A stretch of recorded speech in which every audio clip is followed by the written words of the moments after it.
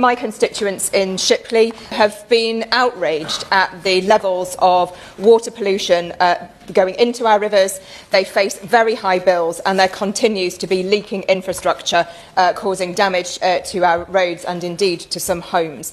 Companies like Yorkshire Water have now been failing us for years. To illustrate that, on my own Yorkshire Water bill, 23% is just to finance the debt, 17% is spent on infrastructure investment. How can this be? And there is unfortunately no end in sight for bill payers being made to pay this debt. And I would like to urge the Minister in her response to talk about how she's going to change the gearing of these companies, which are so indebted, and where, despite figures such as 104 billion investment and for Yorkshire Water 8.3 billion, it doesn't seem that the shareholders are actually putting their hands in their pockets to be putting, and it's the customers who are going to have to pay for this infrastructure upgrade and the failure of these companies to invest in the past.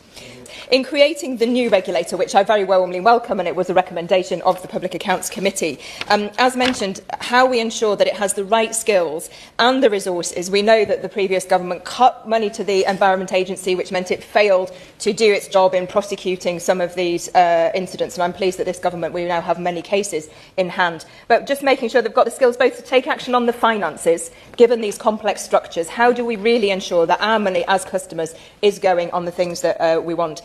I'll conclude and just urge the Minister to take all actions in the Water White Paper to make sure that companies like Yorkshire Water are properly held to account in future. Thank you.